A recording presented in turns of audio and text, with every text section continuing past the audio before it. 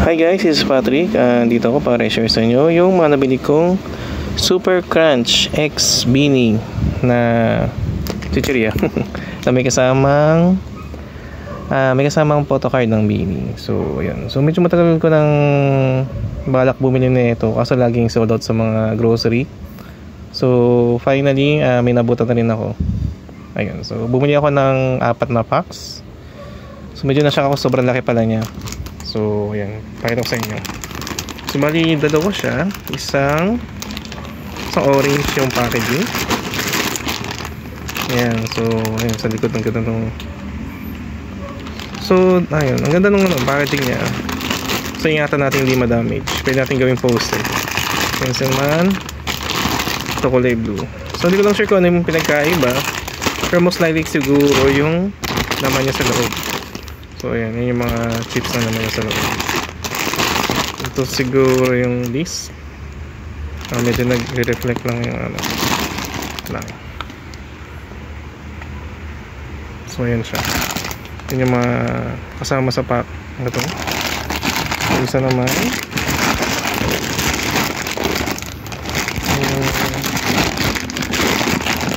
sa upper part. So yun, Pinoy bawang. So yun. So simulan natin ang pagbukas. Siguro buksan ko na lahat muna bago natin i-reveal yung photocards. So paano kaya natin bubuksan? So meron na lang.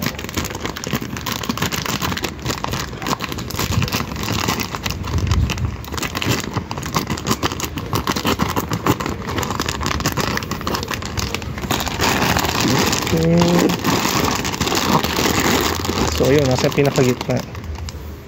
Naka-reveal kaya? Ay hindi, naka-sealed. So nakatago siya.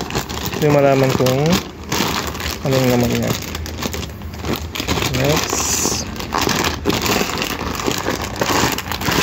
sama natin itong dalawang orange. So bali pagkakaroon ko kasi ano siya, 12 photo cards. 8 individual, tapos 4 na dalawa sa isang photocard. So yung dalawang member sa isang photocards. Sa photocard pala, isang photocard. Ayan. So ayan. So dito natin nalagay sa gilid yung orange. Next is blue. So yung nakita ko na iba na nag-open, I mean yung ibang nakabili, natatakot dati, sabi ko bakit parang ang weird nung ano. Akala ko dati ano siya, 8+8. Kasi parang dalawang picture ng member. Ayun pala, yung likod pala ng photocard, ano siya, parang connecting puzzle. So, kung maliban sa individual niya, meron siyang connecting puzzle sa likod. So, kung sakaling yung binder mo is, clear, so okay lang. Pero pagka yung binder mo is yung parang may harang sa likod, siguro kung gusto mo para masulit yung kailangan bibili ka pa ng doble para ma-display mo lang din yung kabilang side. So pero hindi ko naman, ewan ko, depende kung may budget, pero try kong kumpletuhin. So ayan. So buksan natin.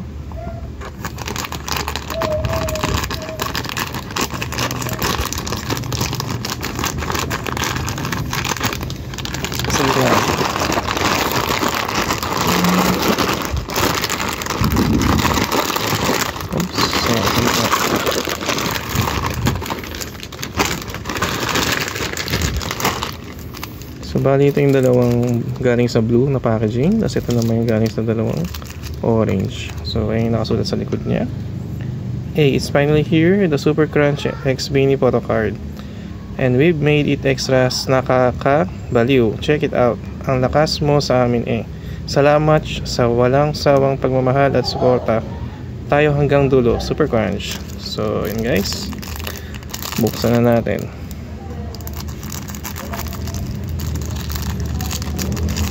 Kupitin man, oops, lumabas ka agad.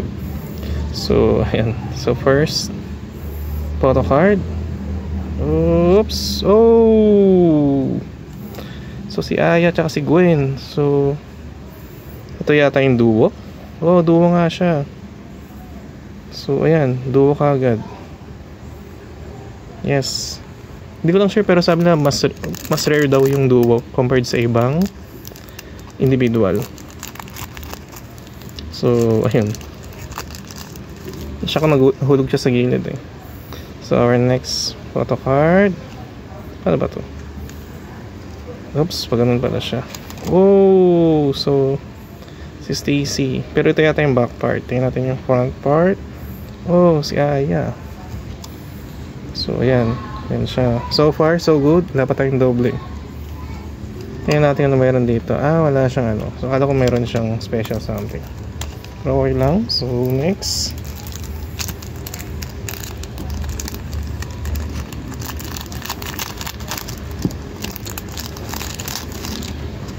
Oops. Oh, doble na. Doble tayo ng Aya.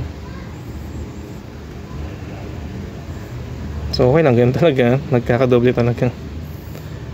Sa isang store ko lang kasi ito binili. Actually, ano, binili ko siya sa SM Manila Grocery Supermarket. Kasi in-announce ng Super Crunch na mayroon na doon. Kaya, pupunta ako doon para bumili. So, ayan next. Uy, si Gwenny. So, ayan.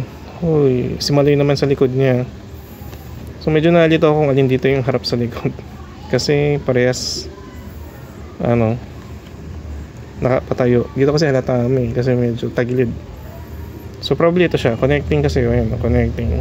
So, ito yung likod niya. Ang harap dito ay yung kay Gwen. So, ayan. So, nakuha natin ay isang duo. Ayan.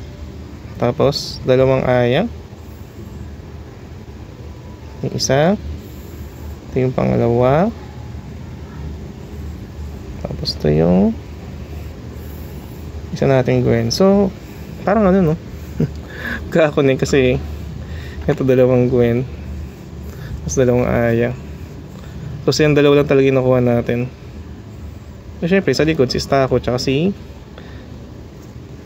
Maloy. So, ayan. So, siguro try kong bumili uli ng 8 piraso. Tapos, pag yung mga duplicate, i-trade ko na lang sa iba para mas makatipid tayo.